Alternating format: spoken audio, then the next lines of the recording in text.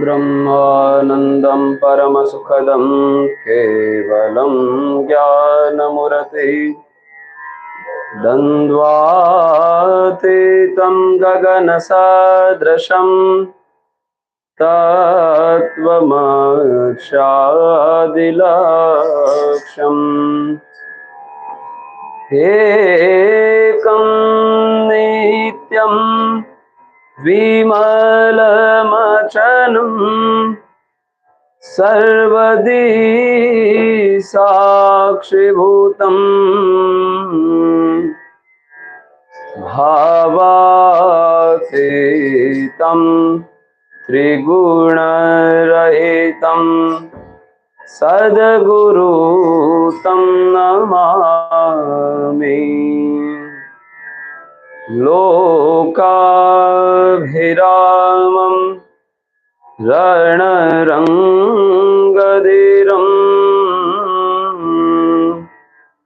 राजीवनेत्रं रघुवंशनाथम्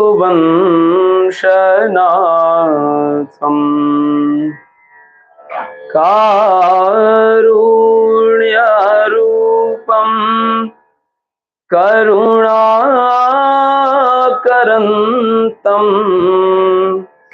श्रीरामचन्द्रं शरणं प्रपद्ये। मनोजवं मारुततुल्यवेगं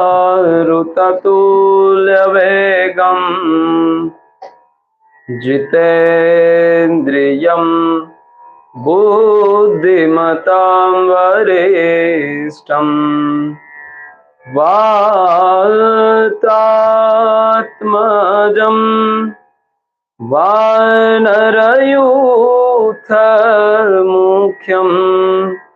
श्रीरामदूतं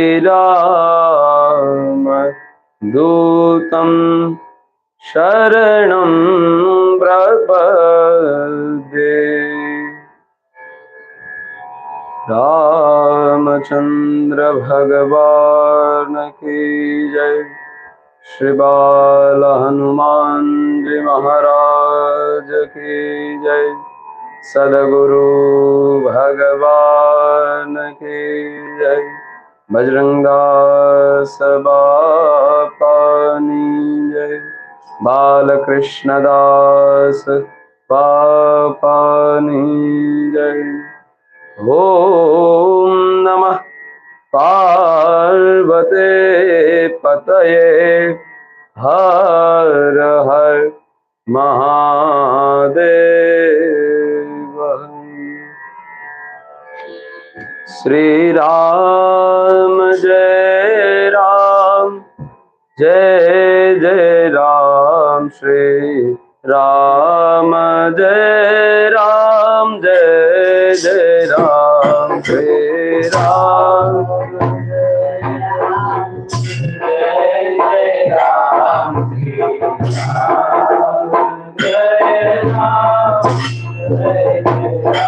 श्री राम जय राम जय जय राम। श्री राम जय राम जय जय राम। श्री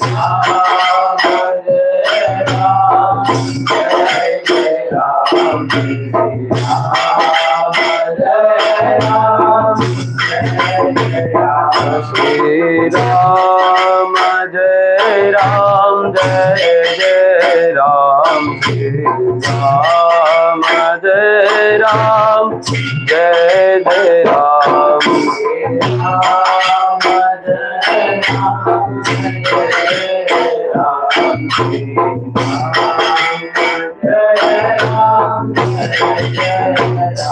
श्री राम जय राम जय जय राम। श्री राम जय राम जय जय राम।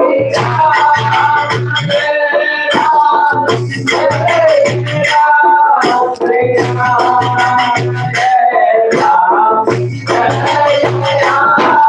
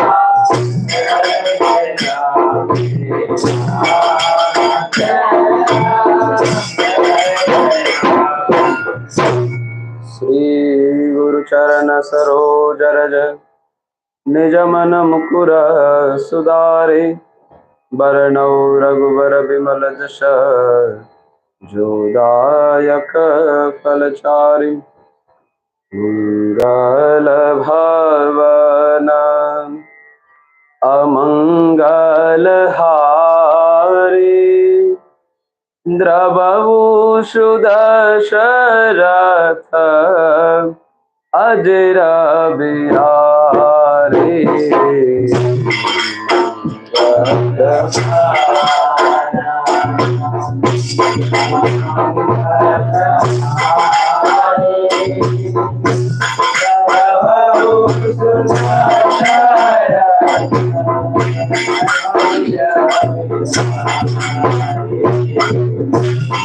मंगल भवन अमंगल हारी द्रवहु सुदशरथ अजर बिहारी मंगल भवन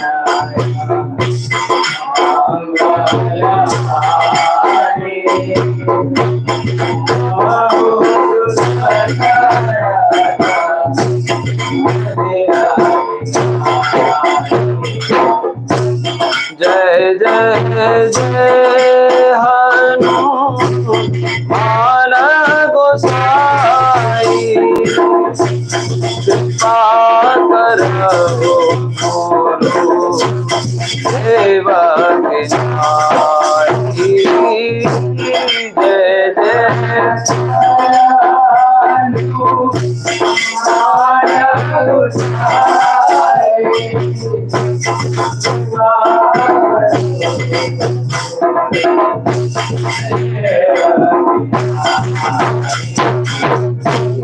मंगल भवन अमंगल हारी द्रवहु सुदशरथ अजर बिहारी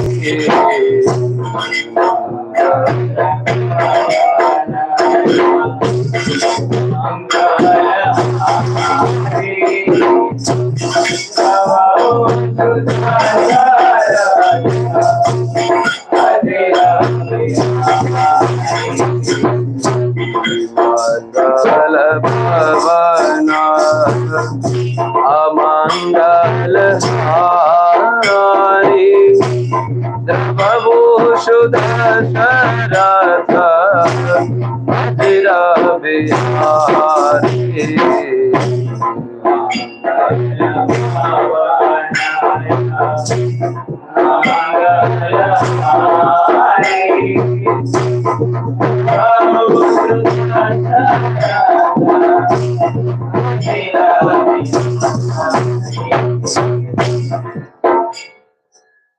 दक्षिणे लक्ष्मणो यस्य वामे तु जनकात्मजा पुरतो मारुतिर्यश तं वन्दे रघुनंदनम।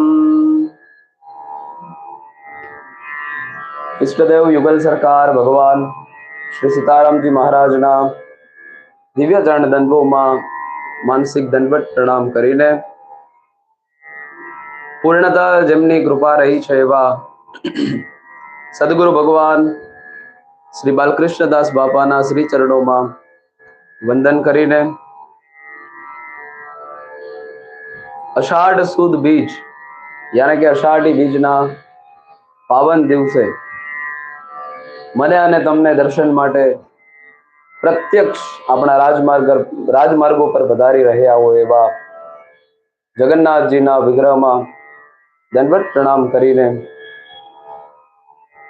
केंद्रीय भाव एवो रह्यो तो के जगन्नाथ प्रभु जયારે આપણા વચ્ચે દર્શન માટે આવે તો બસ એવા રથયાત્રાના પાવન દિવસે એક એવો સંવાદ કરવામાં આવે કે એક સેવકના નાતે આપણી શું જવાબદારી હોઈ શકે અને સનાતન ધર્મના અસ્મિતાના નાતે આપણી પાસે એવા અનેક પુરાવાઓ છે કે સત્ય સનાતન ધર્મ अनादि काल थी एक एनी प्रवाही परंपरा में निरंतर वही रह्यो छे।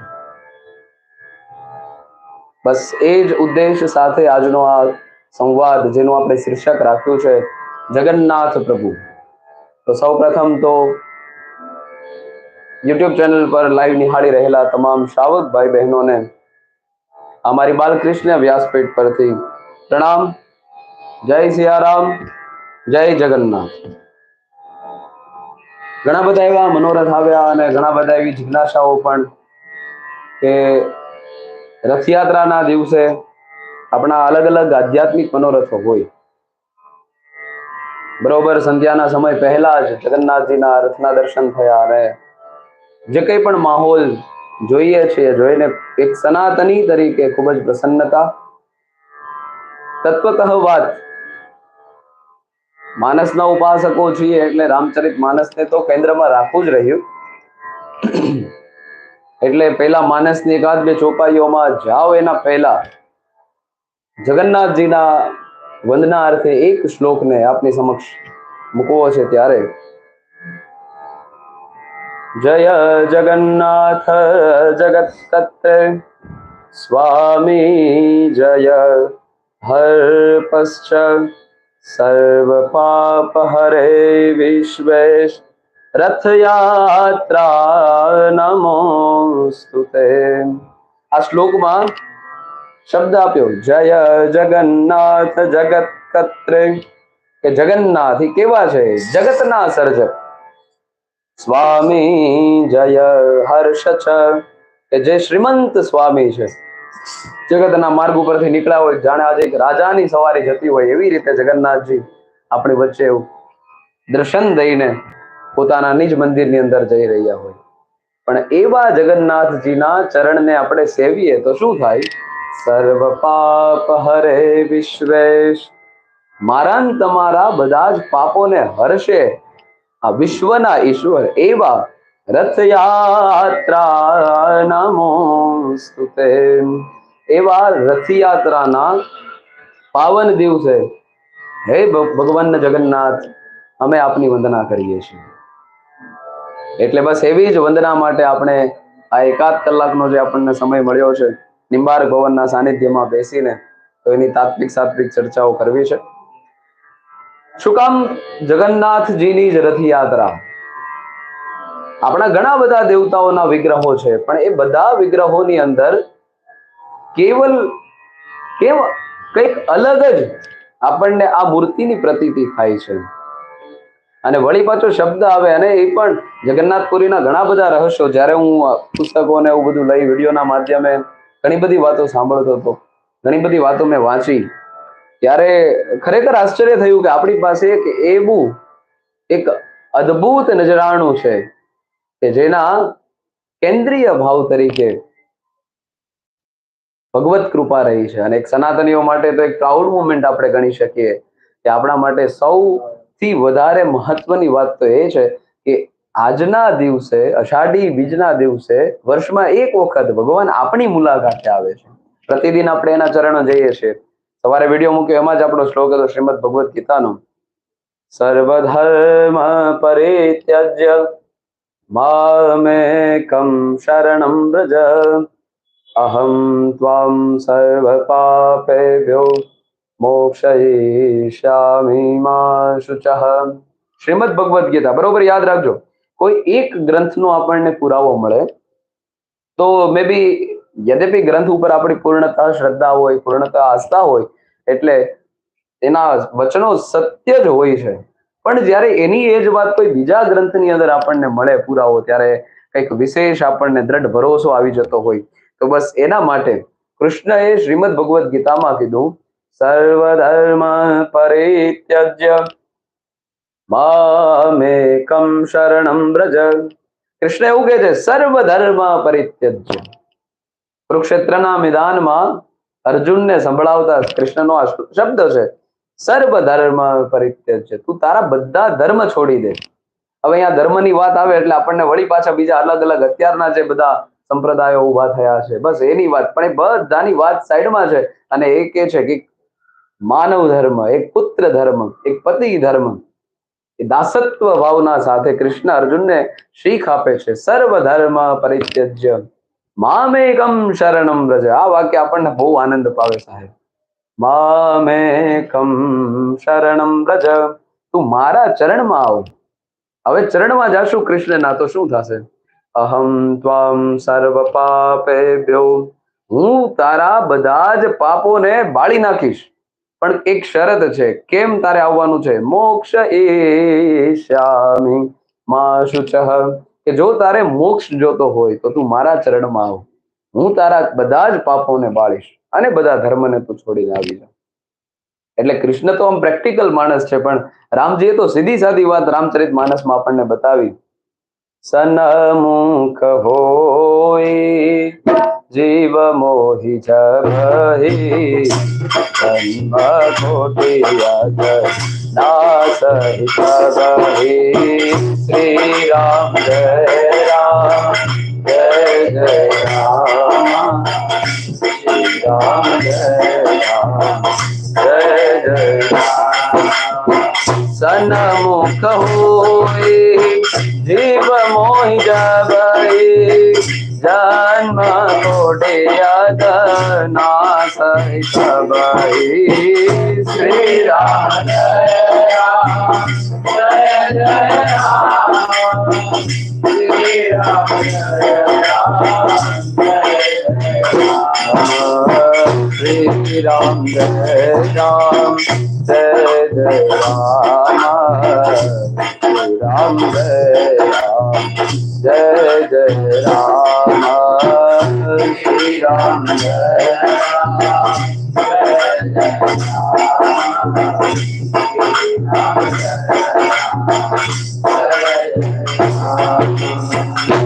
રામજીના શબ્દો રામચરિત માનસમાં આપણને પ્રતીત થાય છે. સન્મુખ હોય જીવ મોહી જભહી, જન્મ કોટી યગ નાસ હિતભહી.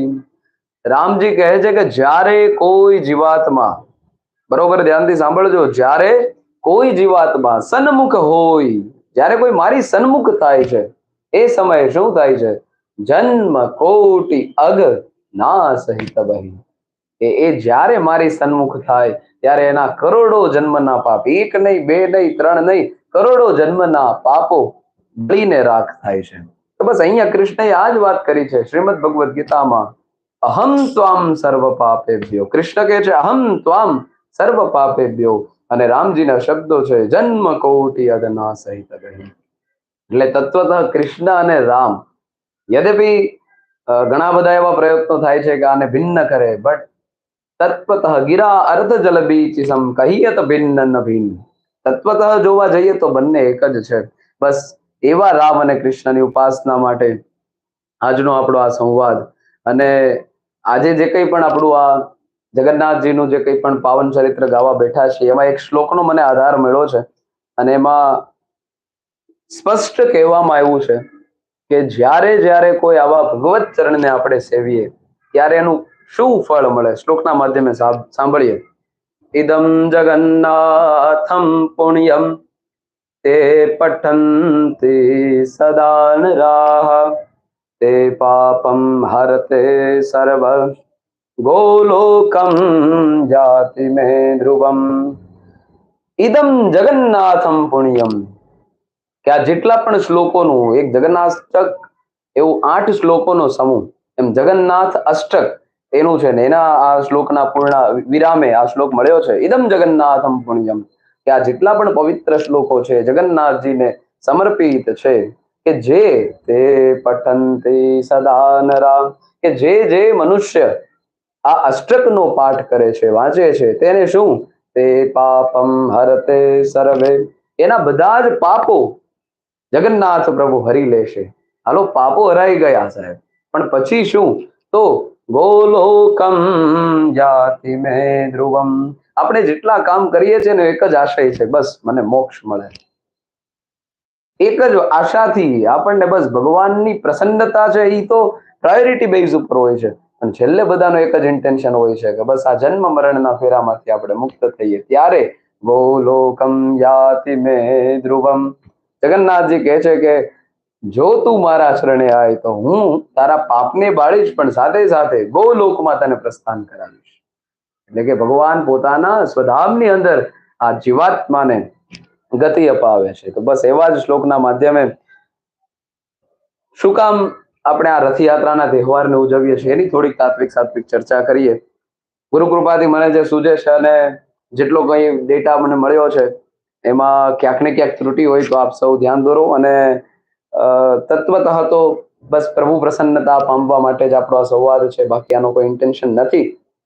એટલે જો બાલક કહે તો ઉતરી બાતા, કંઈક ને કંઈક અપશબ્દ કે અનાપશબ્દ કશું કંઈક બોલાય સંવાદમાં તો ક્ષમા પહેલેથી યાચું છું. હવે સંવાદ આપણે લઈએ જગન્નાથજીનો, કે જગન્નાથજીનો એક પરમ ભક્ત જેનું નામ માધવદાસજી. માધવદાસજી પ્રતિદિનનો એમનો ક્રમ રહ્યો કે સવાર પડે એટલે મંગળા, બપોરની સંધ્યા અને સાંજે પણ સંધ્યા, અને એવું કરીને પછી જ પોતાનું જે કંઈ પણ પ્રતિદિનનું કાર્ય હોય પરિપૂર્ણ કરે. એમાં થયું એવું કે હવે અંતિમ અવસ્થાની પૂર્ણ તૈયારી અને ખૂબ જ બીમારી આવી, ખૂબ જ માંદગી આવી.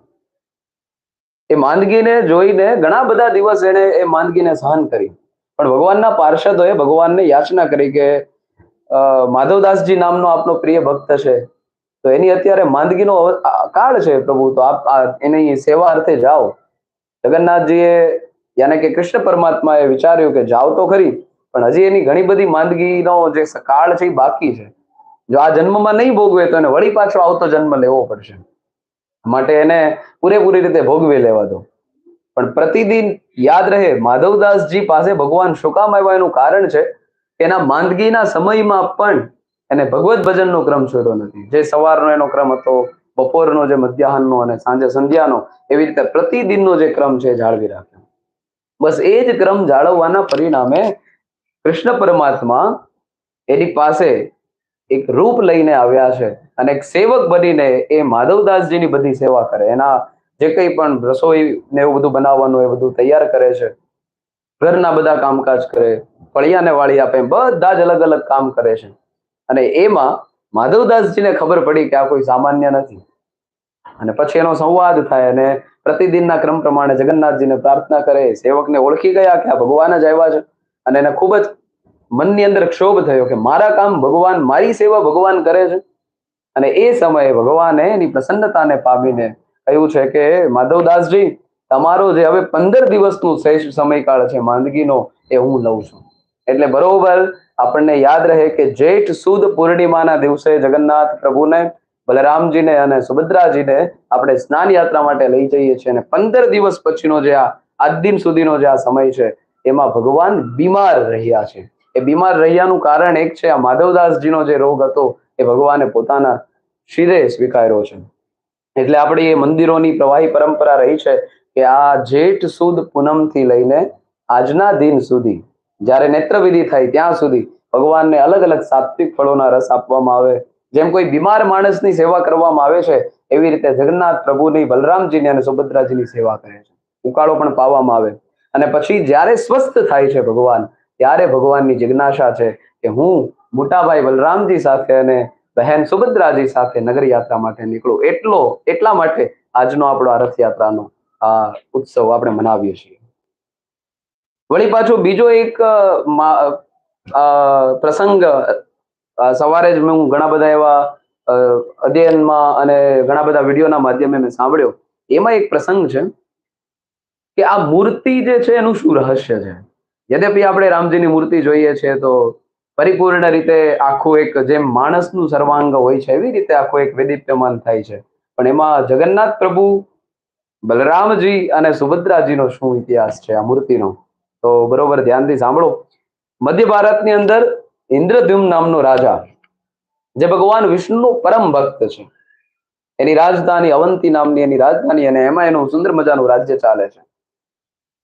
એમાં બરોબર એક વખતના સમયે એક સાધુ ત્યાં આવે છે અને એ સાધુએ રાજનને આ વાતના સમાચાર આપ્યા કે અત્યારે ઓરિસ્સાની અંદર નીલમાધવ પ્રભુ બિરાજમાન થયા છે, એવા સમાચાર મળ્યા છે, પણ ક્યાં એ પ્રભુ બિરાજમાન છે કશું ખબર નથી.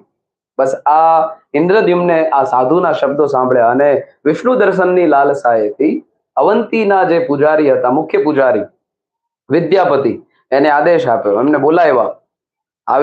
આવ્યા એટલે દંડવત પ્રણામ કરીને એમની જિજ્ઞાસા મૂકી કે આપ ઓરિસ્સા જાઓ અને નીલમાધવ પ્રભુના દર્શન માટેની મારી લાલસા છે, તો આપ જઈને પ્રભુ ક્યાં બિરાજે છે એ જાણીને આવો.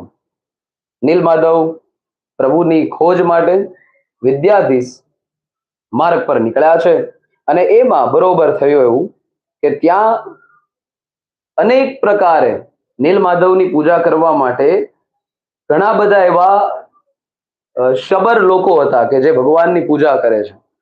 એમાં એનું નામ છે વિશ્વવાસુ, કે જે નીલમાધવ પ્રભુનો મુખ્ય પૂજારી. પણ આ ભગવાનને એક ગુફાની અંદર રાખવામાં આવ્યા છે અને એ ગુફા જેનું નામ છે નીલાંજન પર્વત, એની અંદરની આ એક ગુફા.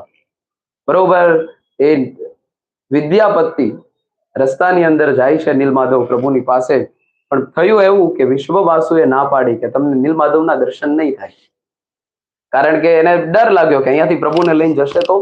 એટલા માટે આણે એક યુક્તિ કરી વિદ્યાપતિએ કે જે વિશ્વવાસુ છે એની પુત્રી સાથે એના વિવાહ કર્યા અને પછી એક પ્રસ્તાવ એની પુત્રી દ્વારા મુકાવ્યો કે હવે મને નીલમાધવ પ્રભુના દર્શન થાય.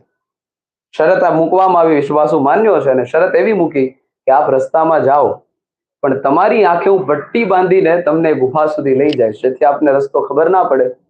હવે આ બાજુ વિદ્યાપતિ એટલો ચાલાક માણસ કે એને હાથમાં સરસવ લીધા અને મુઠ્ઠીની અંદર સરસવ લઈને આંખે ઓલાની શરત પ્રમાણે પટ્ટા બંધાયા છે અને રસ્તામાં જાય છે. ધીમે ધીમે ધીમે ધીમે સરસવ વેરતો ગયો, જેથી બીજી વખત રાજાને લઈને આવવું હોય તો ખબર પડે કે ભાઈ કઈ જગ્યાએ રસ્તો છે. ગયા બરોબર ગુફાની અંદર જોયા તો સુંદર મજાનું જગન્નાથજીનું નીલમાધવ પ્રભુનું વિગ્રહ દર્શન કર્યા છે. અત્યંત પ્રસન્ન થયો અને ત્યાંથી ઇન્દ્રદ્યુમ્ન રાજા પાસે એ વિદ્યાપતિ આવ્યો છે. રાજાને બધી સગળી કથાઓ કીધી, વાત સંભળાવી. રાજા પણ ખૂબ જ પ્રસન્ન થયા અને હવે ઇન્દ્રદ્યુમ્ન રાજાને લઈને એ વિદ્યાપતિ એ નીલાંજન પર્વતની જે ગુફા છે કે જ્યાં નીલમાધવ પ્રભુ બિરાજમાન હતા ત્યાં ગયા. પણ જ્યાં એ ગુફાની અંદર આવે છે, આશ્ચર્યની વાત તો એ છે કે જે ગુફાની અંદર નીલમાધવ પ્રભુ બિરાજમાન હતા ત્યાં અત્યારે એ ગુફા એકદમ ખાલી છે. કોઈ પણ જગ્યાએ ભગવાનની પ્રતીતિ ન થઈ. રાજા અત્યંત નિરાશ થયા, કારણ કે વિષ્ણુ દર્શનની લાલસા હતી. અને બરોબર એ જ રાત્રિના લગભગ મધ્યાહન રાત્રિના સમયે એ ઇન્દ્રદ્યુમ્ન રાજાને સ્વપ્નની અંદર કૃષ્ણ પરમાત્મા આવ્યા છે અને રાજાની જે નિરાશા હતી, જાણે અંદર સૂર્યોદય થતો હોય પ્રકાશનો, એવી રીતે પ્રભુના શબ્દો છે કે હે રાજન સાંભળો, પુરીના સમુદ્ર તટે આપ જાઓ અને ત્યાં એક મોટો લાકડાનો કટકો તરતો આવશે, એ આપ લઈ આવો અને આપની યથાશક્તિ યથામતી એ જ કાષ્ટમાંથી આપ મૂર્તિનું નિર્માણ કરજો, મારા એક વિગ્રહનું નિર્માણ કરજો. પ્રભુના સ્વપ્નના શબ્દોને યાદ રાખીને ઇન્દ્રદ્યુમ્ન રાજા બધા જ લોકોને નગરના બધા વાસીઓને સાથે લઈને ઓરિસ્સાના સમુદ્ર તટે, પુરીના સમુદ્ર તટે ગયા છે. બરોબર ભગવાનના કહેવા પ્રમાણે કાષ્ટનો ટુકડો આવ્યો છે અને એમાં બધા જ લોકો એ કાષ્ટના ટુકડાને સમુદ્રમાંથી બહાર લાવવા માટે મથે છે. પણ થયું એવું કે એટલું બધું મોટું મહાકાય આ લાકડું કે જેની કોઈ સીમા નહીં, એટલે એ બધા જ નગર સેવકો નિષ્ફળ રહ્યા. એટલે પછી વિશ્વવાસુની સહાય લેવામાં આવ્યા એટલે તુરંત જ એ કાષ્ટ સમુદ્રમાંથી બહાર આવ્યું છે. વળી પાછા બધા કારીગરોને બોલાવવામાં આવ્યા કે આપ આવો અને ભગવાનના શ્રી વિગ્રહનો આપણે આકાર આ કાષ્ટમાંથી આપવાનો છે. બધા કારીગરો આવે, પ્રયત્ન કરે, પણ બધા જ નિષ્ફળ રહ્યા, કારણ કે આમાં ક્યાંક ને ક્યાંક કુદરતી સંકેત છે. વળી પાછું એ જ રાત્રે ઇન્દ્રદ્યુમ્નને સ્વપ્ન આવ્યું છે. જગન્નાથજી પ્રગટ્યા અને વાત કરી કે દેવતાઓના આરાધ્ય એવા વિશ્વકર્માની આપ આરાધના કરો અને એમને બોલાવો અને એ જ મારા વિગ્રહને બનાવશે. એવી જ રીતે ભગવાનના સ્વપ્નના એ શબ્દોને યાદ રાખીને ઇન્દ્રદ્યુમ્ને પુનઃ વિશ્વકર્માની ઉપાસના કરી. વિશ્વકર્માજી આવ્યા છે, વૃદ્ધ સ્વરૂપે આવ્યા છે અને એને શરત મૂકી કે રાજાનું મૂર્તિ બનાવવું, બટ એના માટે 21 દિવસનો સમય રહેશે. મને એકાંત આપવાનું છે, એક ખંડ મને આપો અને એનો દરવાજો બંધ રહેશે. 21 દિવસની અંદર મૂર્તિને હું નિર્માણ કાર્ય પૂર્ણ કરીશ, પણ જો વચ્ચેના કોઈ સમયે જો દરવાજો ખોલવામાં આવશે તો એ કામ અધૂરું મૂકી દઈશ. રાજાને આ શરત મંજૂર થઈ અને દરવાજો બંધ થઈને વિશ્વકર્માજીએ વૃદ્ધ વેશે આવેલા વિશ્વકર્માજીએ મૂર્તિ બનાવવાનું કાર્ય આરંભ કર્યો. થયું એવું કે રોજ છીણી હથોડીના એવા બધા અલગ અલગ અવાજો આવે, એમાં થોડા દિવસ બાદ અવાજ બંધ થયા અને બરોબર ઇન્દ્રદ્યુમ્ન રાજાની પત્ની યાને કે રાણી ગુંડીચા એ ગભરાઈ. એને વિચાર આવ્યો કે આ બધા આજ સુધી અવાજ આવતા હતા, હવે કેમ અવાજ નથી આવતા? અને એને વિચાર કર્યો કે કંઈક તો એ કારીગરને થયું નહીં હોય ને. એવા ઘણા બધા ચિંતન મનન કરતા કરતા રાજા પાસે આવી અને રાજાને કહેવા લાગી કે રાજન, કંઈક અઘટિત થયું હશે એવું લાગે છે, કારણ કે અવાજ નથી આવતા. રાજાએ ઘણી બધી વખત સમજાવ્યું, પણ રાણી માની ન માની.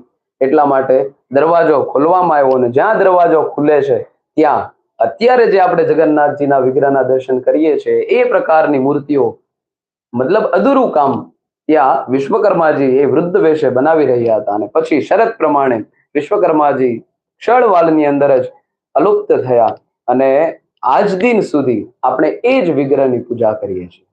રાજાએ ઘણી બધી ચિંતન મનન કર્યું અને પછી એ અધૂરી મૂર્તિની અંદર જ પૂજન અર્ચન કરીને પ્રાણ પૂરીને ભગવાન જગન્નાથજીના આ વિગ્રહની સેવા પૂજા કરવાનું શરૂ કર્યું. પણ યાદ રહે, આપણા સનાતન ધર્મના બધા જ વિગ્રહોમાં જગન્નાથજીનું વિગ્રહ જ એક એવું વિગ્રહ છે કે જેને માનવની જેમ એક માનવની જેમ પ્રતિક્રિયાઓ હોય એવી રીતે આજની તારીખમાં પણ એની સેવા પૂજા કરવામાં આવે.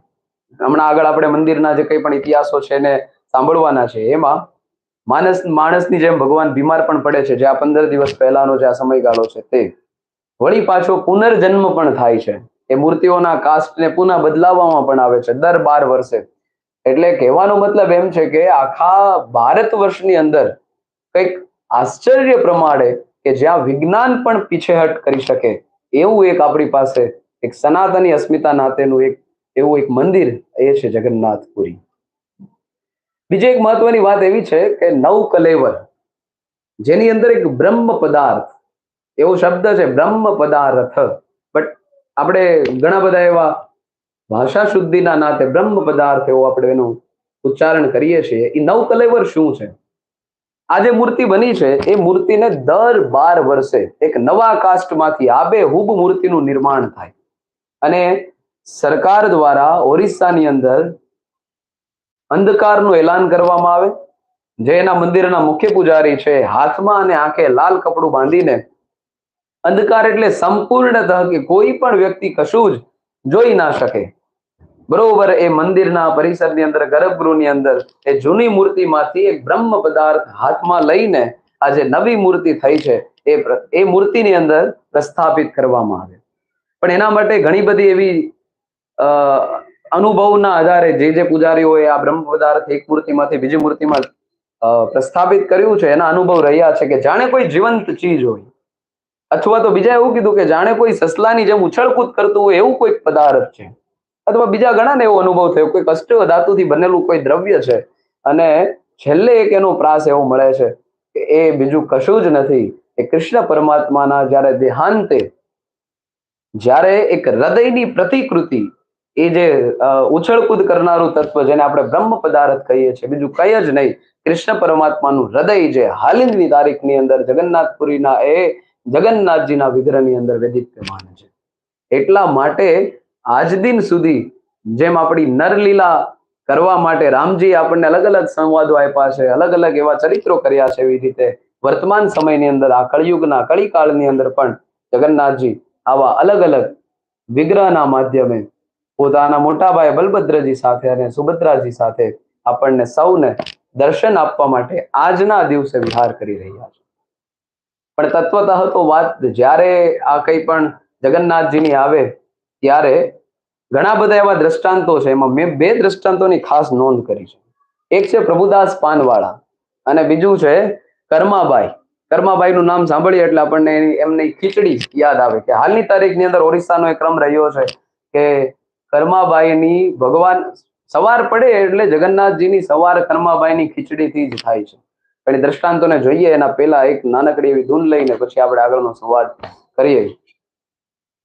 જય જગન્નાથ, જય જગન્નાથ, જય જગન્નાથ સ્વામી, જય જગન્નાથ, જય જગન્નાથ,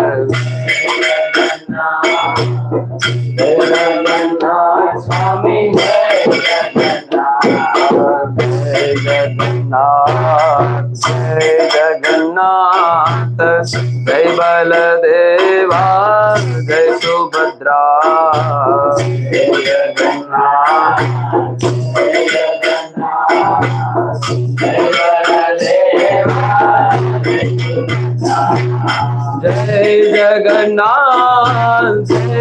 જગન્નાથ, જય જગન્નાથ, જય બલદેવા, જય સુભદ્રા, જય જગન્નાથ, જય જગન્નાથ, જય બલદેવા, જય સુભદ્રા, જય જગન્નાથ, જય જગન્નાથ, જય બલદેવા, જય સુભદ્રા, જય જગન્નાથ, જય જગન્નાથ, જય બલદેવા, જય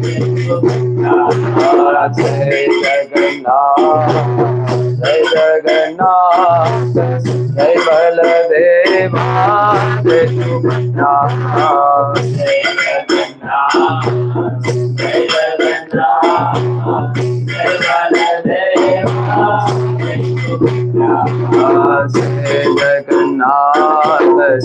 જય જગન્નાથ, જય બલદેવા, જય સુભદ્રા, જય જગન્નાથ, જય જગન્નાથ, જય બલદેવા, જય સુભદ્રા.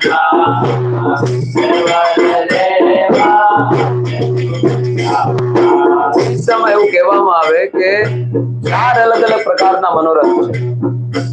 એમાં એક સ્નાન યાત્રા છે, આપણે જેઠ સુદ પૂનમ. બીજો પર્વ ઓરિસ્સાનો એટલે રથયાત્રા. એમાં એવું કહેવાય છે કે અષાઢી બીજ એટલે કે આજના દિવસથી જગન્નાથ પ્રભુ નગર યાત્રા માટે નીકળે છે અને બરોબર 11 દિવસે પોતાના નિજ ભવનની અંદર પધારે. વળી પાછો એક ચંદન યાત્રાનો પણ ક્રમ રહ્યો છે કે જે 21 દિવસ સુધી એપ્રિલ મે મહિનાની અંદર ઉજવવામાં આવે અને જેની અંદર જેમ આપણે ઠાકોરજીનો નવ મનોરથ કરીએ, જગન્નાથજીનો એક નવ મનોરથ થાય છે, જેને ચંદન યાત્રા કહેવાય છે. અને ફાગણ મહિનાની અંદર હોળીના તહેવાર ઉપર ડોલા યાત્રા યાને કે ડોલીની અંદર જગન્નાથ પ્રભુના વિગ્રહને નગરની અંદર ભક્તોના દર્શન માટે ભગવાન સ્વયં પધારે છે. બસ આવા અલગ અલગ 4 મનોરથો, આવા અનેક ચરિત્રોથી સબર આપણું આ ભારત વર્ષનું એક નગર યાને કે અયોધ્યાપુરી. એટલા માટે આપણે પ્રતિદિન હરિનામનો આશ્રય તો લેવો જ રહ્યો, પણ એમાં આજે કંઈક સવિશેષ સ્પેશિયલ ઓકેઝન છે આપણા માટે. એટલા માટે જય જગન્નાથ, જય જગન્નાથ, જય જગન્નાથ, જય જગન્નાથ, જય જગન્નાથ, જય જગન્નાથ,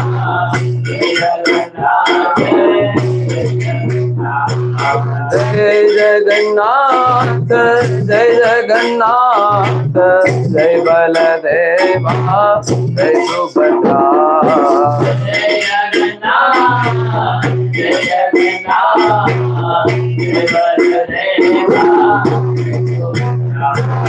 જય જગન્નાથ જય જગન્નાથ જય બલદેવા જય સુભદ્રા જય જગન્નાથ જય જગન્નાથ જય બલદેવા જય સુભદ્રા જય બલદેવા જય સુભદ્રા જય બલદેવા જય સુભદ્રા છે કે ચાર આપણા પુરીઓ છે, એમાં એક બદ્રીનાથ, દ્વારિકા, જગન્નાથપુરી અને રામેશ્વર. પણ એક એવી લોકવાયકા છે કે ભગવાન સવારનું સ્નાન, મંગળાનું સ્નાન ક્યાં કરે છે? બદ્રીનાથમાં. સ્નાન આદિ કર્યા પછી વસ્ત્ર ધારણ કરવામાં છે તો આપણા ગુજરાતમાં આવે દ્વારિકામાં. વળી પાછો ભોજનનો સમય થાય છે એટલે જગન્નાથપુરીની અંદર જઈને જગન્નાથ પ્રભુ ભોજન કરે છે અને વિશ્રામ લેવા માટે ભગવાન મહાદેવના સાનિધ્યમાં રામેશ્વરમ જાય છે. એમ સ્નાન બદ્રિકાશ્રમની અંદર અને બદ્રીનાથમાં, વસ્ત્ર દ્વારિકામાં, ભોજન જગન્નાથપુરીમાં અને વિશ્રામ રામેશ્વરમની અંદર ભગવાન રહે છે. આ મંદિર છે ને એના ચાર અલગ અલગ દ્વાર છે. એમાં પૂર્વ દ્વાર જેને સિંહ દ્વાર કહેવાય, જગન્નાથપુરીના મંદિરનું વર્ણન કરી રહ્યો છું.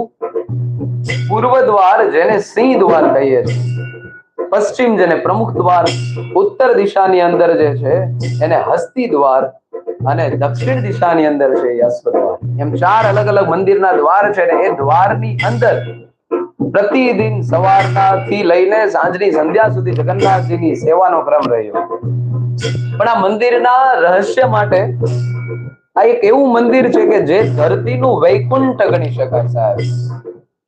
કારણ વૈકુંઠને માણવું હોય તો હરિનામનો આશ્રય જોઈએ. એટલે જય જગન્નાથ જય જગન્નાથ જય જગન્નાથ સ્વામી જય જગન્નાથ જય જગન્નાથ જય જગન્નાથ જય જગન્નાથ સ્વામી જય જગન્નાથ જય જગન્નાથ જય જગન્નાથ જય બલદેવા જય સુભદ્રા જય જગન્નાથ જય જગન્નાથ જય બલદેવા જય સુભદ્રા જય જગન્નાથ જય જગન્નાથ જય બલદેવા જય સુભદ્રા જય જગન્નાથ જય જગન્નાથ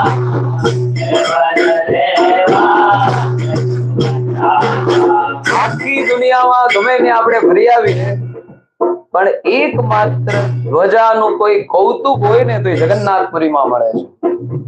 કે જગન્નાથ મંદિરની જે ધ્વજા છે એના જે પૂજારીઓ 45 પગથિયા ઊંધા ચડીને, બરોબર યાદ રહે, 45 પગથિયા ચડશે, એ પણ ઊંધા ઉલટા પગથિયા ચડીને ઉપર જ્યાં મંજિલે પહોંચે ત્યાં જઈને ધજાને ફરકાવવામાં આવે છે.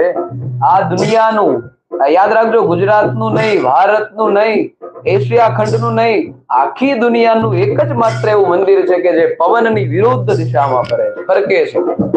જે ધજા, પવન આ બાજુ જે ધજાનો હોય, જે કંઈ પણ લહેર છે એ વિરુદ્ધ દિશામાં હોય છે. અને એવું કહેવાય છે કે જે દિવસથી પ્રતિદિન આ ધજા, જેમ આપણે દ્વારિકામાં મનોરથ હોય છે એમ પ્રતિદિન જગન્નાથજીની ધજા બદલાવવામાં આવે છે. અને જે દિવસથી આ ધજા બંધ થઈ બદલાવવાની, તે દિવસથી લઈને 18 વર્ષ સુધી જગન્નાથપુરીનું આ મંદિર બંધ રહેશે. આવી એક લોકવાયકા છે. અને ધજાનો એ જે કંઈ પણ કલર છે એમાં પણ લાલ અને પીળો, જાણે કૃષ્ણ પરમાત્મા પીળું પિતાંબર ધારણ કરીને પીળા રંગનો પ્રતીત કરતા હોય એવી રીતે.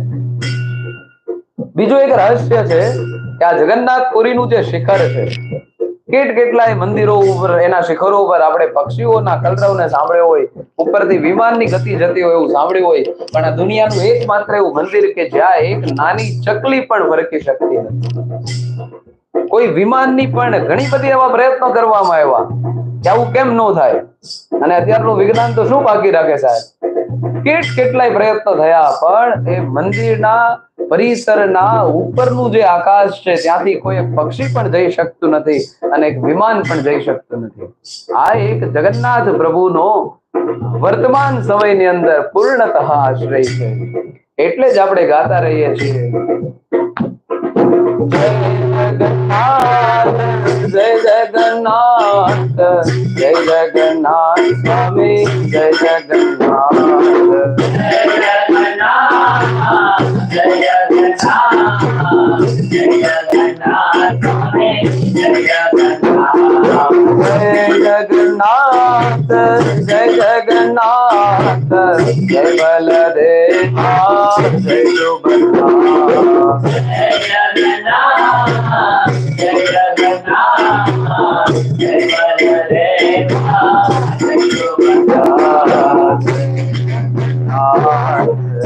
जगन्नाथ जय बलदेवा जय सुभद्रा जय जगन्नाथ जय जगन्नाथ जय बलदेवा બીજું રહસ્ય મંદિરનું, આમ તો ઘણા બધા હશે પણ મારી પાસે કુલ 8 રહસ્યો મેં લખ્યા છે. એમાં ત્રીજું રહસ્ય છે એનો મહાપ્રસાદ. હમણાં જ મારે તમને પ્રસંગ સંભળાવો છે કર્માબાઈની ખીચડી.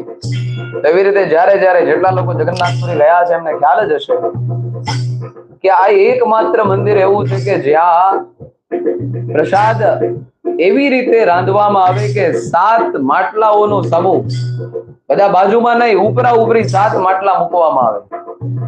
એમાં નીચેના માટલાને આગ આપવામાં આવે, પણ પ્રસાદ તૈયાર થાય સૌથી પહેલા માટલા, કે જ્યાં આગને પહોંચતા ઘણો બધો સમય લાગે.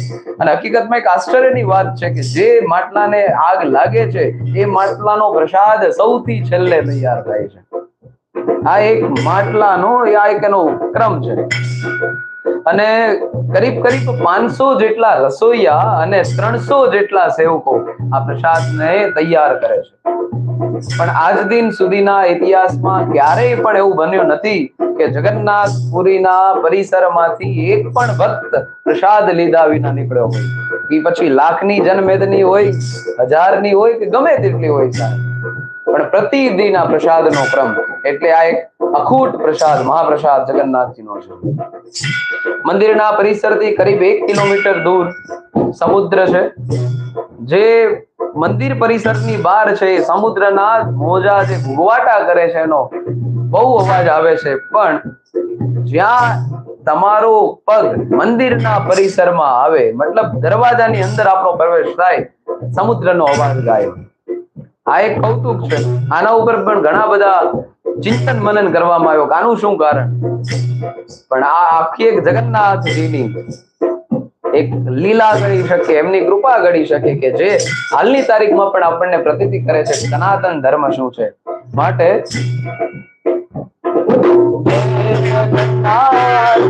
જય જગન્નાથ જય જગન્નાથ સ્વામી જય જગન્નાથ જય જગન્નાથ જય જગન્નાથ જય જગન્નાથ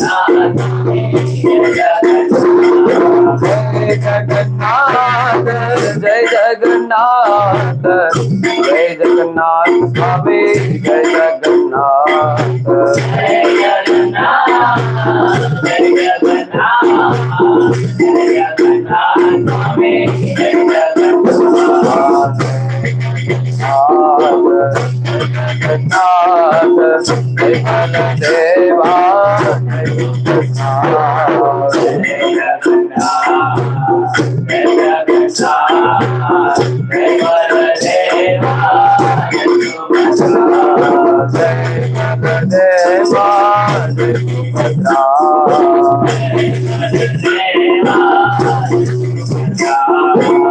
પાંચમું રહસ્ય એવું છે કે મંદિરના પરિસરમાં એક વટ વૃક્ષ છે જેનું નામ છે વિમળા.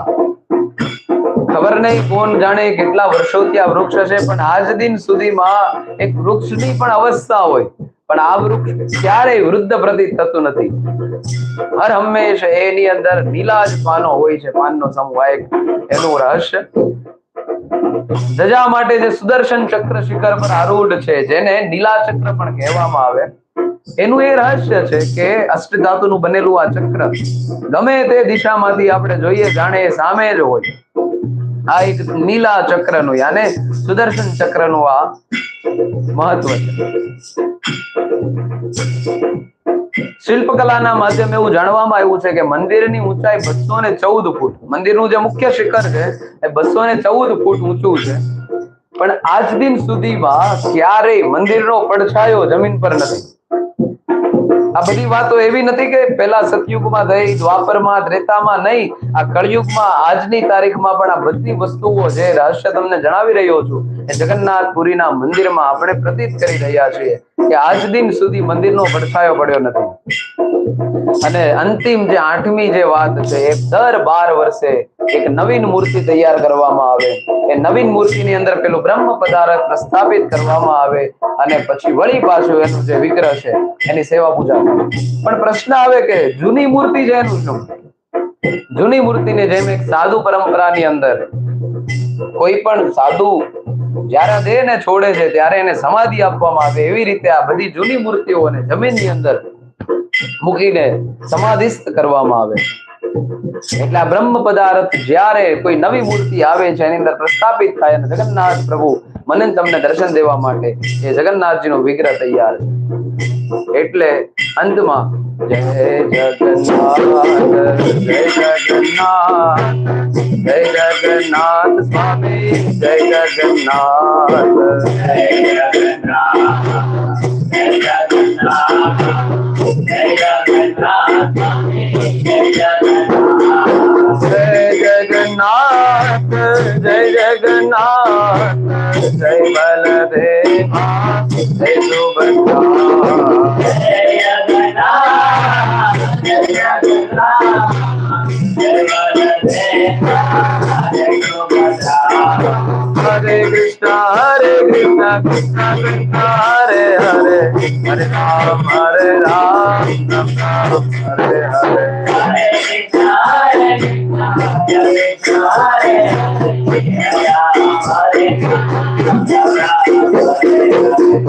કૃષ્ણ હરે કૃષ્ણ કૃષ્ણ હરે હરે, હરે રામ રામ રામ હરે હરે.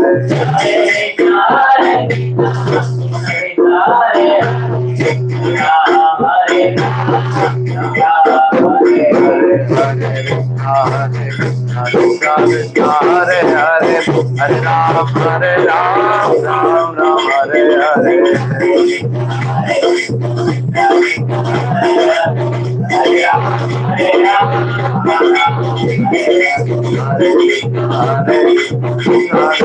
हरे हरे, हरे राम राम राम हरे हरे.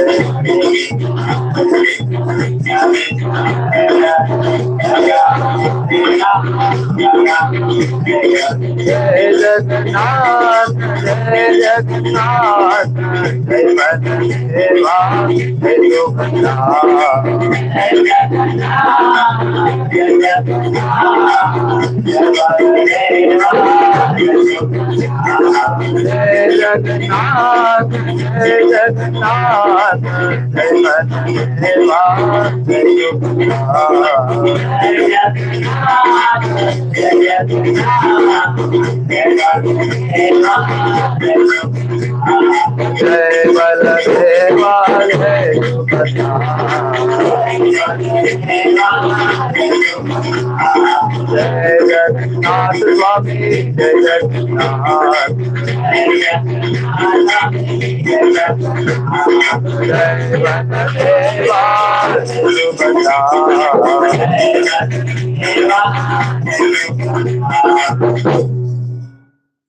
તો બસ આવા જ અલગ અલગ જગન્નાથજીના અને જગન્નાથપુરીના રહસ્યોને સાંભળતા સાંભળતા પ્રતિદિન આપણો એક એવો ક્રમ રહ્યો છે કે બને ત્યાં સુધી ભગવાન નામનું સંકીર્તન કરીએ, હરિભજન કરતા રહીએ. બસ એ જ ભાવથી આપણે નિત્ય નિરંતર જગન્નાથજીના ચરિત્રોને આપણે સાંભળીએ છીએ. એટલે મૂળ વાત, હવે મારે તમને બે એવા દ્રષ્ટાંતો કહેવા છે કે જેની અંદર જગન્નાથજી ભક્તને, આપણને ઘણા બધા એવા શબ્દો મળે, એમાં એક સૂત્ર છે, અહમ ભક્તો પરાધીન. ભગવાન એવું કહે છે કે હું ભક્તને આધીન છું. બસ એમાંનું એક દ્રષ્ટાંત એટલે કે પ્રભુદાસ પાનવાળા. બરોબર, ધ્યાનથી આ દ્રષ્ટાંત સાંભળો. પ્રભુદાસ પાનવાળા કરીને, મતલબ પ્રભુદાસ નામનો એક માણસ કે જે પાનની દુકાન ચલાવે છે અને પ્રતિદિન ભગવાનના દર્શન માટે જાય, ભગવાનને નિત નવીન ભોગ ધર્યા હોય છે. એટલે એને જિજ્ઞાસા થાય કે ભગવાન આટલું બધું જમે છે તો મારું પાન કેમ નથી જમતા, ભગવાનને પાનનો ભોગ શું કામ નથી લાગતો. ઘણી બધી પ્રતિદિન જાય છે, ભગવાનના દર્શન કરે, ભગવાનને ચરણની અંદર એ પ્રાર્થનાને અર્પણ કરે છે કે બાપજી મારું આ પાન સ્વીકારો, મારા પાનને તમે જમો. બસ આવો એક આર્ત ભાવ જગન્નાથજીના ચરણમાં કરીને વળી પાછો નિરાશ થઈને એની કુટિયામાં આવે. એમાં બરોબર થયું એવું કે એક વખત જગન્નાથજીને એ ભક્તો ઉપર કૃપાનો ભાવ થયો, એટલે બલદાવજી અને જગન્નાથજી કૃષ્ણ પરમાત્મા સુંદર મજાના, જેમ રામચરિત માનસમાં રામ અને લક્ષ્મણ જનકપુરની બજારોમાં નીકળે છે, જે વર્ણન ગોસ્વામીજીએ બતાવ્યું છે, એવી રીતે જગન્નાથજી અને બલદાવજી એ પ્રભુદાસજીને ત્યાં ગયા છે. ગયા અને ઉભા રહ્યા કે પાન આપો. પણ આના સ્વરૂપમાં પ્રભુદાસજી એટલા મોહિત થયા, પાન આપ્યું છે, પૈસા લેવાનું ભૂલ્યા. વળી પાછો બીજો દિવસ થયો, સાંજ પડી, આનો ક્રમ રહ્યો અને પ્રતિદિનનો હવે આ ક્રમ થઈ ગયો. સાંજ પડે, જ્યારે અહીંયા મંદિરની અંદર ભોગ લાગ્યા પછીનો જે સમય થાય ભગવાનના વિશ્રામ માટેનો, શયન માટેનો, એ સમયે બલદાવજી અને કૃષ્ણ પરમાત્મા એ પ્રભુદાસજીના કુટિયામાં જાય અને પાનની યાચના કરે. બોલો, પ્રતિદિન પાન આપે, એના રૂપની અંદર એટલો બધો મોહિત થઈ જાય કે પૈસાની વાત જ ન આવે. બરોબર થયું એવું કે એના જે પૂજારી, મંદિરના પૂજારી, જેનું નામ બલરામદાસ, એને આ પ્રભુદાસજી સાથે સંવાદ કર્યો કે આ પ્રતિદિન આ બે યુવકો આવે છે, એને તું પાન આપે છો, પૈસા લેતો નથી, તો આમનામ તો તું કરીશ તો તારી આજીવિકા કેવી રીતે ચાલશે. એટલે ઓલાને વાત પણ યોગ્ય લાગી કે પ્રતિદિન આવે છે, એકાદ દિવસ હોય તો સમજ્યા, પણ આ તો ઘણા ટાઈમથી આવવા માંડ્યા છે. પછી પ્રશ્ન એવો આવ્યો કે આવતીકાલે આવશે એટલે ગમે તે થાય, હું એની પાસેથી પૈસા માંગીશ. પણ બલરામદાસજી એને એવું કીધેલું કે ઈ સાલ લઈને આવે છે તો એક કામ કરજે, પૈસા નો આપે ને તો કહેજે કે આજે સાલ આપી દો, તમે આવો ને પછી મને પૈસા આપજો, એટલે સાલ પરત લઈ જાજો. સુંદર મજાની સાલ લઈને વળી પાછા એ બે યુવકો આવ્યા છે, પ્રતિદિનના ક્રમ પ્રમાણે આવીને પાન માંગ્યું. પણ આજે પ્રભુદાસજી તો અડગ છે કે ગમે તે ધામ, આજે પૈસા આપીને જાઓ તો પાન મળશે. ત્યારે પાન આપી દો, પૈસા તમને કાલ આપી દેશું, આજે અમારી પાસે ધન નથી. આ બંને યુવકના, એટલે એ યુવકના રૂપમાં આવેલા ભગવાન બોલ્યા. અને થયું એવું કે પ્રભુદાસજીએ પ્રસ્તાવ મૂક્યો, કાંઈ વાંધો નહીં, પૈસા કાલે લઈને આવજો, પણ આજે તમારી આ સાલ છે ને એ મૂકતા જાઓ, કાલે પૈસા આપીને સાલ લેતા જાજો.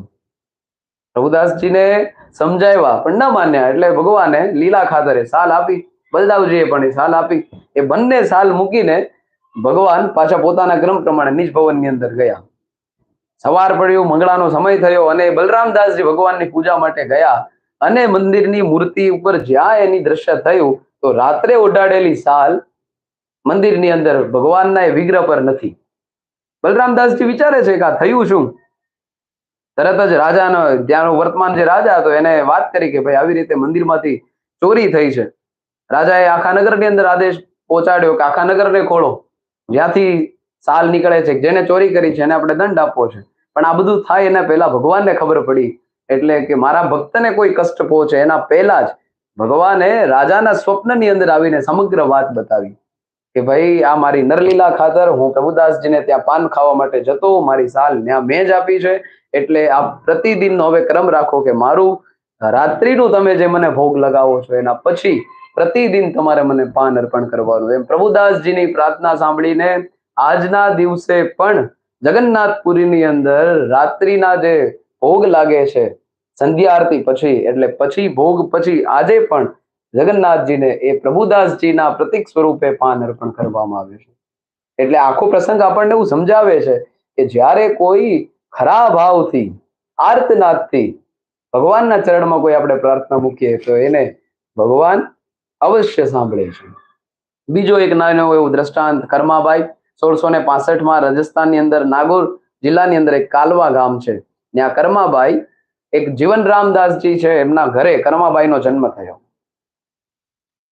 એનો એક ક્રમ કે જ્યાં જીવનરામદાસજી કર્માબાઈના પિતા, એનો ક્રમ કે પ્રતિદિન ઠાકોરજીને ભોગ લગાવીને જ જમવાનું. એટલે પોતાની રીતે તો એ ક્રમ કરતા, જાતે ભોગ બનાવે, ઠાકોરજીને અર્પણ કરે. પણ એમાં થયું એવું કે હવે એને યાત્રા જવા ઉપરનો સમય આવ્યો, એટલે કર્માબાઈ સમજણા થયા. એટલે કર્માબાઈને આ જવાબદારી સોંપીને જીવનરામજી યાત્રા માટે ગયા કે કર્મા, હું આજે જાઉં છું યાત્રામાં, તું આ ઠાકોરજીના જે વિગ્રહ છે આપણી પાસે, એને રોજ ભોગ લગાવીને પછી જમજે. પિતાજીનો આદેશ કર્માબાઈએ શિરોધાર્ય કર્યો. જીવનરામજી તો યાત્રામાં ગયા. બીજે જ દિવસે સવાર પડી એટલે કર્માબાઈએ પિતાના વચન પ્રમાણે ખીચડી બનાવી અને ઠાકોરજીના એ જે વિગ્રહ છે એની સામે મૂકી. એટલે થોડી વાર ત્યાં ને ત્યાં વિશ્રામ કર્યો, રાહ જોઈ. પણ આ તો મૂર્તિ છે સાહેબ, કઈ રીતે આરોગે? એટલે કર્માબાઈને વિચાર્યું કે હું કામ બામ કરી લઉં, ભગવાનને અત્યારે ભૂખ નહીં લાગી હોય એટલે ઘરનું કામકાજ પતાવીને પછી હું પાછું લઈ લઈશ અહીંયાથી પ્રસાદ. એટલે કર્માબાઈએ ઘરનું બધું કામકાજ કર્યું. વળી પાછા આવીને જોવે છે તો એ તો એમનેમ ભોગ એમનેમ છે ત્યાં. હજી એને વિચાર્યું કે હજી ભગવાનને ભૂખ નહીં લાગી હોય એટલે નહીં ખાધું હોય. વળી પાછું એનું બીજું કંઈક કામકાજ હતું. એમ કરતા કરતા બપોર થઈ. સવારે ધરાવેલો ભોગ બપોર થઈ પણ હજી એમાં ને એમનેમ એમ જ છે. વિચાર આવ્યો કે ભગવાનને આમાં કંઈક વસ્તુ ઘટતી હોય એવું લાગે છે. વળી પાછી એની અંદર ઘી ને એવું બધું નાખીને પાછું ભગવાનને કીધું કે બાપજી આ સ્વીકારો, મારા પિતાજીનો આદેશ છે કે ભગવાનને જમાડીને પછી તું જમજે. વળી પાછો બપોરની સાંજ થવા આવી પણ આ ભોગ જમાયો નહીં. કર્માબાઈ હટ પકડી કે જ્યાં સુધી તમે આ પ્રસાદ જમશો નહીં ત્યાં સુધી હું ભૂખી પ્યાસે અહીંયા તમારી સામે બેસી રહીશ. ભગવાનને પ્રશ્ન થયો કે પ્રતિદિન તો આમનામ એના પિતાજીનો આગ્રહ એટલો બધો હોતો નથી, એટલે એ ભોગ પાછો ધરાવીને પાછો લઈએ, જેમ આપણે લઈએ છીએ ભગવાનને બતાવીને. પણ યાદ રહે કે પ્રસાદનો એક આપણો આશય છે કે જ્યારે કોઈ પ્રસાદ ભગવાનની સન્નિધિમાં જાય, ભગવાનની કૃપા દ્રષ્ટિ, ભગવાનની અમી દ્રષ્ટિ એ દ્રવ્ય ઉપર પડે એટલે પ્રભુ પ્રસાદ બને છે. પણ કર્માબાઈ તો હટ પકડી છે કે નો જમો તો હું ભૂખી તરસી તમારી સામે બેસી રહું. છેલ્લે વિચાર આવ્યો છે અને એ મૂર્તિમાંથી જાણે એક નાદ આવ્યો હોય એવી રીતે કર્માબાઈને એક અવાજ સંભળાનો કે એ કર્મા, ક્યારની તું રાહ જોઈને બેઠી છે પણ પડદો તો કર તો હું જમું ને. એટલે પછી પડદો કર્માબાઈએ આડો કર્યો છે અને પ્રસાદ ભગવાને સ્વીકાર્યો.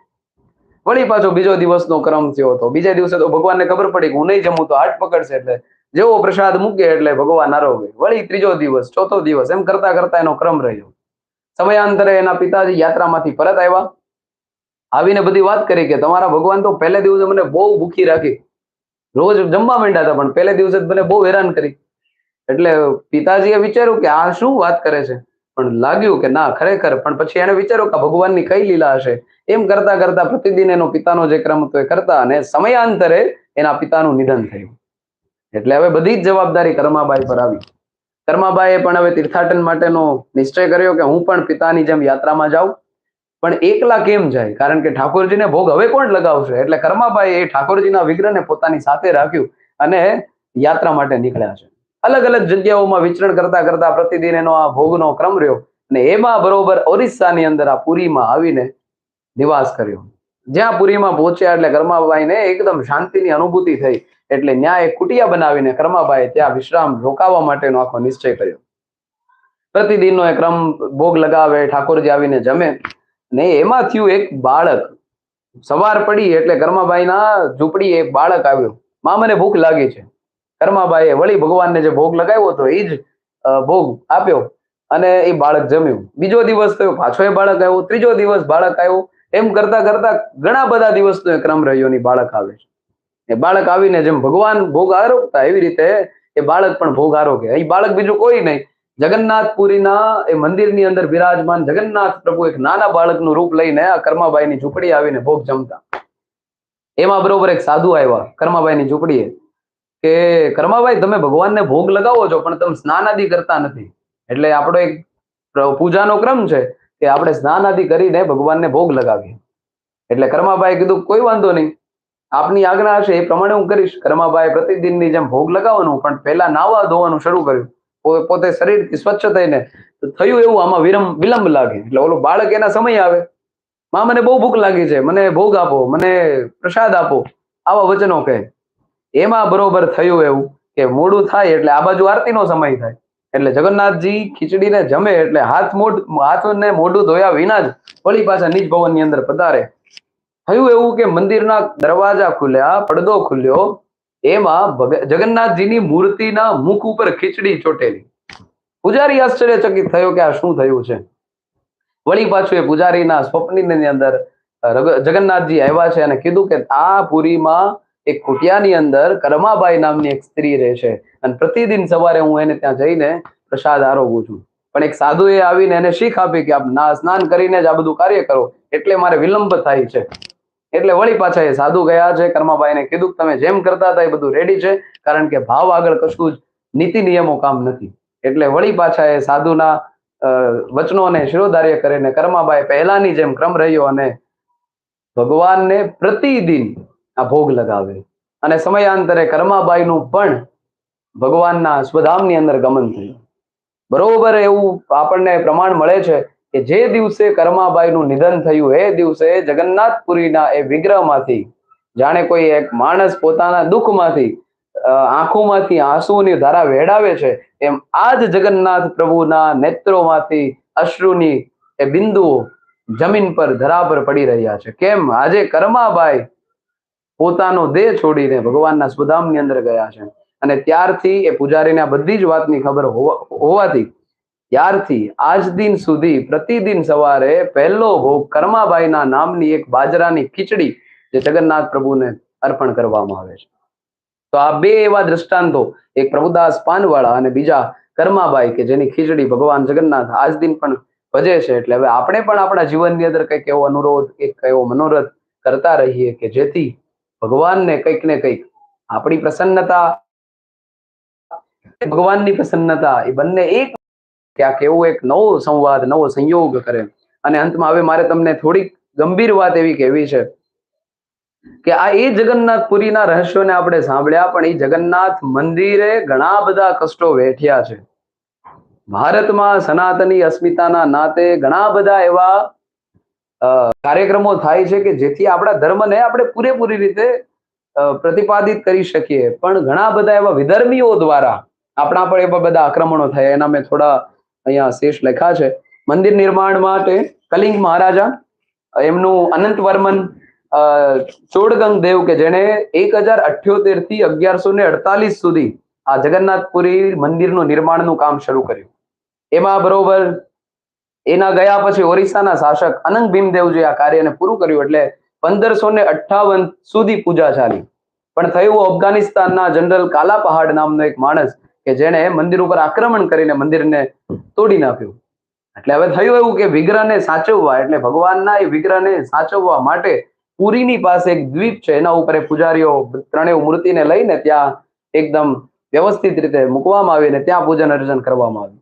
વળી પાછું સમયાંતરે રાજા રામચંદ્ર દેવ નામનો એક રાજા, એનું શાસન આવ્યું અને એને પુનઃ જગન્નાથજીની એ જ જગ્યા પર અત્યારે જે આપણે વૈદિપ્યમાન મંદિર જોઈએ છે એનું નિર્માણ કરાવ્યું. બરોબર એ જ સમયમાં એક શીખ સમ્રાટ જેનું નામ છે રણજીતસિંહ, એણે એટલું બધું સુવર્ણ દાન આપ્યું કે આજનું જે પંજાબમાં સ્થિત સુવર્ણ મંદિર છે ને એના કરતાંય બમણું દાન જગન્નાથ મંદિરને આપવામાં આવ્યું. એનો એક એવો મનોરથ, એની પાસે કોહિનૂર હીરો કે જે અત્યારે આપણી પાસે નથી, એ કોહિનૂર હીરો પણ જગન્નાથ ભગવાનને અર્પણ કરવા માટે એનો મનોરથ હતો. પણ બરોબર બ્રિટિશરોએ પંજાબને ઘેરી લીધેલું અને જેટલી પણ શાહી સંપત્તિઓ હતી બધી જપ્ત કરી. એટલે અત્યારે આપણે આ કોઈ નતર એવું શબ્દ પણ હતા અને એવા પુરાવા પણ મળે છે કે આજે એ કોહિનૂર હીરો જગન્નાથજીના મુંગટની અંદર વિરાજમાન હોય. કારણ કે આ શીખ સમ્રાટ રણજીતસિંહનો મનોરથ હતો કે મારે આ કોહિનૂર જગન્નાથજીને અર્પણ કરવો છે. અને હવે મહત્વની વાત એ છે કે માનસ લઈને બેઠા હોઈએ અને જ્યાં કંઈક આવું એક પુરાવો મળે ત્યારે મન યાદ રહે, રામચંદ્ર દેવજીએ પુનઃસ્થાપન કર્યું ત્યારથી લઈને આજ દિન સુધી આ મંદિર અડીખમ ઊભું છે. એનું એક કારણ છે કે જગન્નાથ ભગવાને શ્રી હનુમાનજીને આદેશ આપ્યો છે કે આપ સમુદ્ર તટ પર નિવાસ કરી રહે અયોધ્યા, આખી આ ઓરિસ્સાની રક્ષા કરો, આખી આ પુરીની રક્ષા કરો. એટલે ત્યાં હનુમાનજી મહારાજ દરિયા મહાવીર હનુમાન કરીને સમુદ્ર તટે એમનું મંદિર છે. જ્યારે જગન્નાથપુરી આપણે જઈએ ત્યારે આ હનુમાનજી મહારાજના દર્શન માટે જઈએ, કારણ કે ઓરિસ્સાની વચ્ચે એવું થયું, એવા પ્રસંગો પણ મળ્યા છે કે હનુમાનજી ભગવાનના દર્શન માટે આવે મંદિરમાં, તો જેવા હનુમાનજી આવે એટલે પાછળ દરિયો પણ આવે. એટલે પછી જગન્નાથજીનો આદેશ છે કે આપ સમુદ્ર તટે નિવાસ કરો. એટલે દરિયાદેવ ત્યાં રહે અને જગન્નાથપુરીનું જે કંઈ પણ રક્ષણ થાય એ આપ કરો. એટલે ત્યાં જ્યારે પણ આપણે ઓરિસ્સા જઈએ ત્યારે યાદ રહે, દરિયા મહાવીર હનુમાન કરીને એક આખું મંદિર છે, ત્યાં હનુમાન લલ્લા બેઠા છે આ રક્ષાકાજ માટે. એટલે રામચરિત માનસની ચોપાઈઓના આધારે કે હનુમાન સમ નહીં બડ ભાગી, નહીં કો રામ ચરણ અનુરાગી, તો અહીંયા કૃષ્ણ પરમાત્માના આદેશને પણ ધ્યાનમાં રાખીને હનુમાનજી મહારાજ પ્રત્યક્ષ ત્યાં જગન્નાથપુરીની રક્ષા કરે છે. અને હવે અંતમાં એક સુંદર મજાનો શ્લોક લઈને પછી આપણે આપણા સંવાદને વિરામ આપીએ. જગન્નાથ પ્રભુ એના ચરણની અંદર જે કંઈ પણ આપણી યાચનાઓ છે એમાં રત્ને કલ્પિત માનસમ હિમજલે સ્નાનમ ચ દિવ્યંબરમ નાનારત્ન વિભૂષિતમ મૃગમદા મોદાંગકેન્ત ચંદ્રનમ જાતે ચંપક બિલ્વ પત્ર રચિતમ પુષ્પમ ચ ધૂપમ તથા દીપમ દેવદયાનિધે પશુપતે રત્કાલ્ય ગૃહાન પ્રભુ. પહેલા લાઈનમાં કીધું છે રત્ન કલ્પિત માનસમ હિમજલે, એટલે કે રત્નોથી શોભાયમાન એવા આસન પર બિરાજમાન, હિમજળથી સ્નાન કરેલા એવા દિવ્ય વસ્ત્રને ધારણ કરેલા. આજે જ રથયાત્રામાં જ્યાં પણ ગયા અને સોશિયલ મીડિયામાં તો આપણે ભગવાનના શૃંગારને જોઈએ છીએ, તો આ સુંદર મજાના અલંકારો, સુંદર મજાના પુષ્પમાળાઓ ધારણ કરીને જગન્નાથજી આપણા વચ્ચે આવ્યા છે. એમાં નાના રત્ન વિભૂષિતમ મૃગમદા, નાના પ્રકારના રત્નોથી શોભાયમાન એવી માળાઓ ધારણ કરી છે. મૃગમ દસ્તી સુગંધિત એવું ચંદનનો લેપ કરવામાં આવ્યો છે. એવા હે જગન્નાથજી, અમારી આટલી વસ્તુ સ્વીકારો. કેટલી વસ્તુ? જાતિ ચંપક બિલ્વ પત્ર રચિતમ પુષ્પમ ચ ધ્રુપમ તથા, જાતિ ચંપક બિલ્વ પત્રથી રચિત પુષ્પ અને ધૂપ, આને આપ સ્વીકારો. હજી દીપમ દેવ દયાનિધે પશુપતે, દીપમ યાને કે દીપને સ્વીકારો, દીવાને સ્વીકારો. દયાનિધે એટલે કે હે કરુણાના સાગર, હે દયા સિંધુ દેવ પાશુપતિ, હૃદયપૂર્વક અમને આપના ચરણની અંદર સ્થાન આપો, આપના વિગ્રહની અંદર અમને આપ સ્થાન આપો. આજ ભાવ સાથે આવો હવે 1-2 મિનિટ હરિનામ સંકીર્તન કરીને વળી પાછા આવા કોઈ નવા સંવાદના માધ્યમે આપણે મળતા રહીશું. ત્યાં સુધી માનસની 1-2 ચોપાઈઓ મારે સંભળાવી છે, કારણ કે જગન્નાથજીનું જે વિગ્રહ છે ને એમાં ઘણી બધી વસ્તુઓ મને એમાં પ્રતીત થાય છે, એટલે એ ચોપાઈઓને લઈને પછી આપણે સંવાદ કરીએ. એટલે 10 મિનિટનો સમય. बिनु पद चलई सुनाही बिनु काना, कर बिनु करम करई विधि नाना. श्री राम जय श्री राम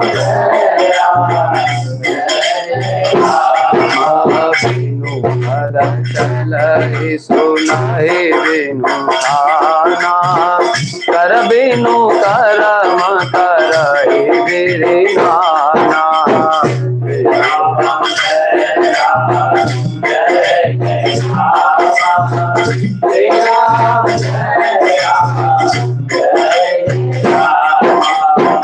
આપણે સંવાદ કર્યો કે જગન્નાથજીનું જે વિગ્રહ છે એ પૂર્ણ નથી. યદ્યપિ કૃષ્ણ પરમાત્મા પૂર્ણ પુરુષોત્તમ છે, પણ જગન્નાથજીની જે મૂર્તિ આપણને પ્રતીત થાય છે એ અપૂર્ણ છે. કેમ? જો પહેલી ચોપાઈ છે બીનુ પદ ચલઈ સુનહી બીનુ કાના. તો આ મૂર્તિમાં નથી આપણને કાન દેખાતા, નથી આ મૂર્તિમાં ચરણ દેખાતા. કર બીનુ કરમ કરે બીજું નાના, હાથ દેખાય છે પણ હાથ તો અધૂરા છે. છતાં બધા કર્મ કરે છે.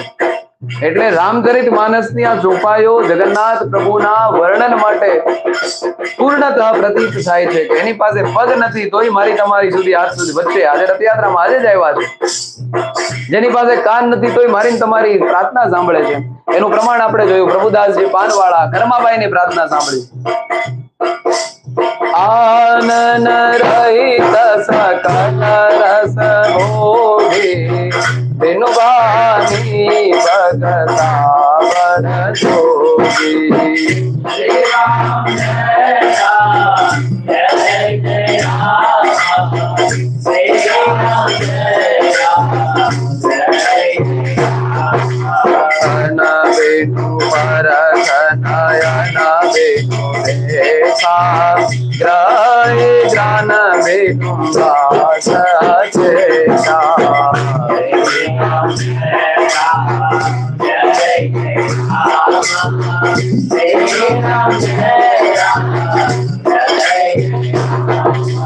જેની પાસે જીભ નથી છતાં તે રસોને માણે છે. જેની પાસે વાણી નથી તોય સારો વક્તા છે. ત્વચા નથી પણ છતાં સ્પર્શ કરી શકે છે. આંખો નથી પણ છતાં જાણી શકે છે. કારણ એ બ્રહ્મ તત્વ છે, એ રામ છે, એ કૃષ્ણ છે, જગન્નાથ છે. અસી સબ ભાગ્ય અલૌકિક કરણી મહિમા જાસુ જાય નહીં કરણી.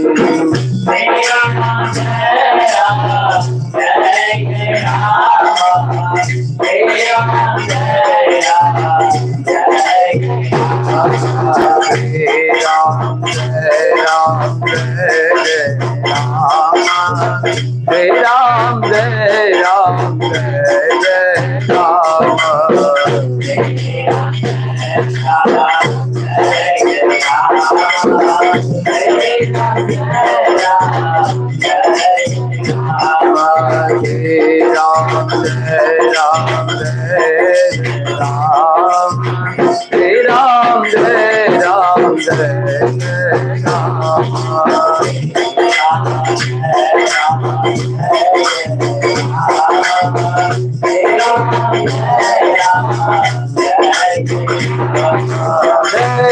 जगन्नाथ स्वामी जय जगन्नाथ जय बलदेवा जय सुभद्रा.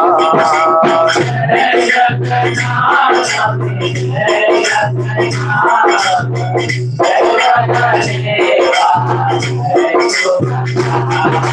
जय जगन्नाथ स्वामी जय जगन्नाथ जय बलदेवा जय सुभद्रा.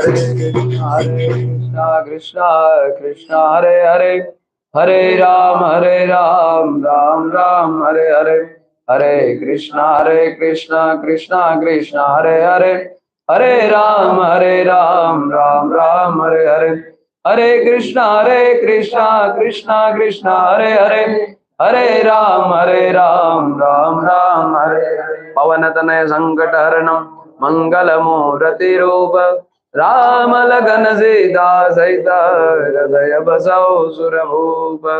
बोले श्री बाला हनुमान जी महाराज.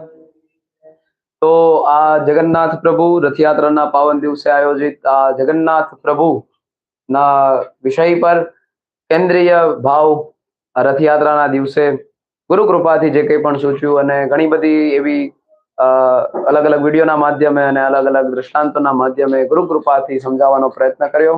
એક ત્રુટિ હોય ક્ષમા યાચું છું.